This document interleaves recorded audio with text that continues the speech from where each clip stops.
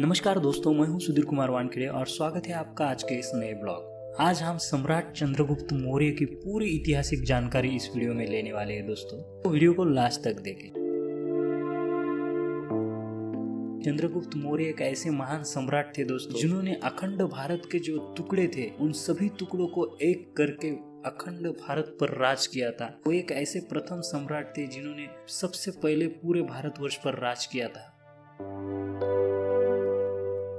चंद्रगुप्त मौर्य का जन्म जो है दोस्तों 345 ईसा पूर्व में हुआ।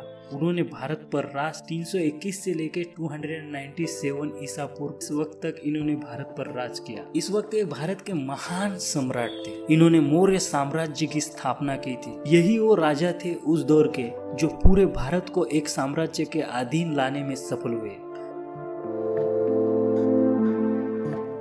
कुछ इतिहासकारों का मानना है कि 321 ईसा पूर्व से उन्होंने 24 साल तक शासन किया था। ऐसा अनुमान लगा जाता है कि इनके शासन का अंत प्राय 285 ईसा पूर्व में हुआ। भारतीय तिथिक्रम के अनुसार चंद्रगुप्त मौर्य का शासन ईसा पूर्व 1534 से आरंभ होता है। श्रवणबेलगोला कर्नाटक में सम्राट चंद्रगुप्त को दर्शाने वाली शिल्प चित्र हमें दिखाई देती है।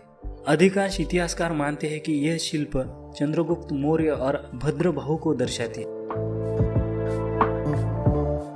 सम्राट चंद्रगुप्त मौर्य का जन्म 345 ईसा पूर्व में हुआ।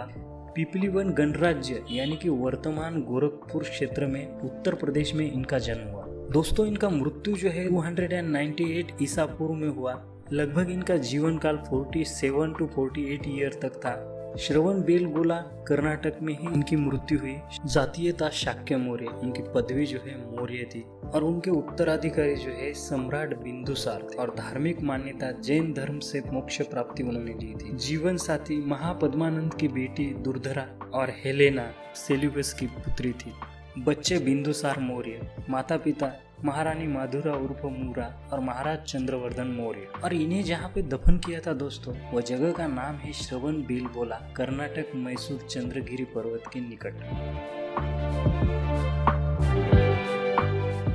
चंद्रगुप्त मौर्य का उल्लेख लैटिन लेखों में भी क्रमशः है, सेंड्रोकोटस और एंडोकोटस के नाम से है। हम सभी जानते हैं कि चंद्रगुप्त मौर्य एक प्राचीन भारत के बहुत ही महत्वपूर्ण सम्राट थे। चंद्रगुप्त मौर्य ने सिंहासन संभालने से पहले सिकंदर ने उत्तर पश्चिमी भारतीय उपमहाद्वीप पर आक्रमण किया था और 324 ईसा पूर्व में उसकी सेना में विद्रोह की वजह से आगे का अभियान छोड़ दिया, जिससे भारत ग्रीक और स्थानीय शासकों द्वारा शासित भारतीय उपमहाद्वीप वाले क्षेत्रों की विरासत सीधे तौर पर चंद्रगुप्त मौर्य ने संभाली। दोस्तों, चंद्रगुप्त मौर्य ने सिंहासन संभालने से पहले सिकंदर ने उत्तर पश्चिमी भारतीय उपमहाद्वीप पर आक्रमण किया था। चंद्रगुप्त ने अपने गुरु चाणक्य, जिसे कौटिल्य और विष्णुगुप्त के नाम से भी हम जानते हैं, जो चंद्रगुप्त के प्रधानमंत्री भी थे, इनके साथ एक नया साम्राज्य बनाया, राज्य चक्र के सिद्धांतों को लागू किया, एक बड़ी सेना का निर्माण किया और अपने साम्राज्य की सीमाओं का विस्तार करना जारी रखा।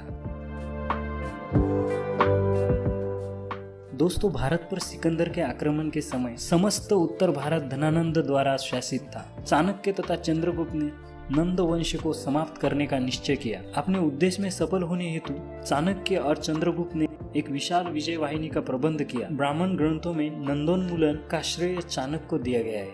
अर्थशास्त्र में कहा है कि सैनिकों की भर्ती चोरों, म्लेच्छों, आठविकों तथा शस्त्रोपजीवी श्रेणियों से करनी चाहिए, ऐसा उनका मानना था और उसी तरह उन्होंने की थी। मुद्रा राक्षस से ज्ञान होता है कि चंद्रगुप्त ने हिमालय प्रदेश के राजा प्रवर्तक से संधि। चंद्रगुप्त की सेना में शैव, यवन, किरात, कंबोज, पारसी तथा वल्लीक भी रहे होंगे, ऐसा अनुमान लगाया जाता है। प्लूटार्क के अनुसार सांद्रोकोतस ने संपूर्ण भारत को 6 लाख सैनिकों की विशाल सैनिकों के द्वारा जीतकर अपने अधीन कर लिया था। पर इतिहासकार जस्टिन के मत से भारत चंद्रगुप्त के अधिकार में था। उस दौर में चंद्रगुप्त मौर्य ने सर्वप्रथम अपनी स्थिति पंजाब में सुदृढ़ की। उसका यवनों के विरुद्ध स्वतंत्र युद्ध संभवतः सिकंदर की मृत्यु के कुछ ही समय बाद आरंभ हो गया था। जस्टिन के अनुसार सिकंदर की मृत्यु उपरांत भारत ने सांद्रोकोतस के नेतृत्व में रास्ता के बंधन को तोड़ फेंका तथा यवन राज्यपालों को मार डाला। चंद्रगुप्त ने यवनों के विरुद्ध अभियान लगभग 323 ईसा पूर्व में आरंभ किया होगा, ऐसा इतिहासकारों का मानना है। किंतु उन्हें इस अभियान में पूर्ण सफलता 317 ईसा पूर्व या उसके बाद मिली होगी, क्योंकि इसी वर्ष पश्चिम पंजाब के शासक क्षत्रप युधिष्ठिर ने अपने सेनाओं के सहित भारत छोड़ा। चंद्रगुप्त के यवन युद्ध के बारे में विस्तार से कुछ भी नहीं कहा जा सकता, पर इस सफलता की वजह से उन्हें पंजाब और सिंध के प्रांत मिल गए थे। चंद्रगुप्त मौर्य का महत्वपूर्ण युद्ध धनानंद के साथ उत्तराधिकार के लिए हुआ था। जस्टिन एवं प्लूटार्क के उक्तों में स्पष्ट है कि सिकंदर के भारत अभियान के समय चंद्रगुप्त ने उसे नंदों के विरुद्ध युद्ध करने के लिए भड़काया था, किंतु किशोर चंद्रगुप्त के व्यवहार ने यवन विजेता को क्रुद्ध कर दिया था। भारतीय साहित्यिक परंपरा से लगता है कि चंद्रगुप्त और चाणक्य के प्रति नंदराज अत्यंत असहिष्णु रह चुके थे। महावंशी टीका के एक उल्लेख से लगता है कि चंद्रगुप्त ने आरंभ में नंद साम्राज्य के मध्य भाग पर आक्रमण किया, किंतु शीघ्र ही उन्हें अपनी त्रुटि का पता चला और उन्होंने आक्रमण सीमांत प्रदेशों से आरंभ किया। अंत में पाटलिपुत्र को उन्होंने घेर लिया और धनानंद को मार डाला।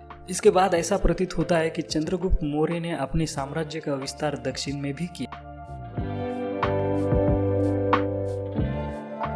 मामूलनार नामक प्राचीन तमिल लेखक ने मौर्य आक्रमणों का उल्लेख किया है। इसकी पुष्टि अन्य भी प्राचीन तमिल ग्रंथों से होती है। चंद्रगुप्त मौर्य की आक्रामक सेना में युद्ध प्रिय कौशल लोग सम्मिलित थे। मैसूर से उपलब्ध कुछ अभिलेखों से शिकारपुर तालुक के अंतर्गत नागरखंड की रक्षा करने का उल्लेख मिलता है। ये लेख 14वीं शताब्दी का है, लेकिन इसकी सिर्फ इतिहासकारों ने यहाँ पे पुष्टि की थी। चंद्रगुप्त ने सौराष्ट्र की विजय भी की थी। महाक्षत्रप रुद्रदामन के जूनागढ़ अभिलेख से प्रमाणित है कि वैश्य पुष्यगुप्त यहाँ के राज्यपाल थे। चंद्रगुप्त का अंतिम युद्ध सिकंदर के पूर्व सेनापति तथा उसके समकालीन सीरिया के ग्रीक सम्राट सेल्यूकस के साथ हुआ। इसकी पुष्टि ग्रीक इतिहासकार जस्टिन के उल्लेख से प्रमाणित होता है कि सिकंदर की मृत्यु के बाद सेल्यूकस को उसके स्वामी के सुविस्तृत साम्राज्य का पूर्वी भाग उत्तराधिकार में प्राप्त हुआ। सेल्यूकस सिकंदर की भारतीय विजय पूरी करने के लिए आगे बढ़ा, किंतु भारत की राजनीतिक स्थिति अब तक परिवर्तित हो चुकी थी। लगभग सारा क्षेत्र शक्तिशाली शासक के पास था।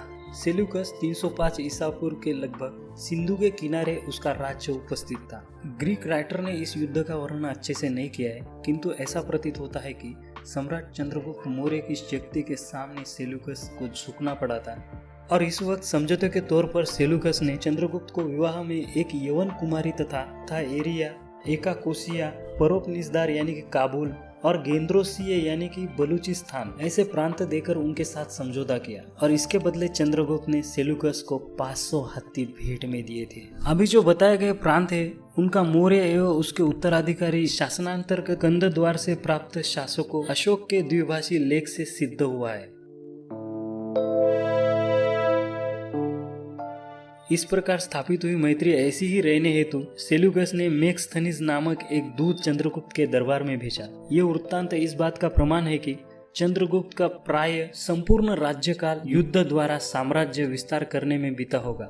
श्रवण बेलगोला से मिले शिलालेख के अनुसार चंद्रगुप्त अपने अंतिम दिनों में पितृमत के अनुसार जैन मुनि हो गए थे। चंद्रगुप्त अंतिम मुकुटधारी मुनि हुए, उनके बाद और कोई मुकुटधारी शासक दिगंबर मुनि नहीं हुए। अंत में चंद्रगुप्त का जैन धर्म में बहुत ही महत्वपूर्ण स्थान है। चंद्रगुप्त मौर्य स्वामी भद्रबाहु के साथ श्रवण बेलगोला में चले गए। वही उन्होंने उपवास द्वारा शरीर त्याग दिया। श्रवण बेलगोल में जिस पहाड़ी पर वे रहते थे उसका नाम चंद्रगिरी और वही उनका बनवाया गया चंद्रगुप्त बस्ती नामक मंदिर है, जो बहुत ही बड़ा मंदिर है। तो इस प्रकार यहाँ पे सम्राट चंद्रगुप्त मौर्य जी की हिस्टोरिकल इन्फॉर्मेशन को हमने जान लिया है। तो दोस्तों ये वीडियो जो है यही पे एंड होता है। ये वीडियो अगर आपको अच्छा लगे तो वीडियो को लाइक और हमारे यश कुमार व्लॉग इस चैनल को सब्सक्राइब करें। तो मिलते हैं ऐसे ही किसी नए वीडियो में, तब तक के लिए नमस्ते, बाय बाय, राम राम।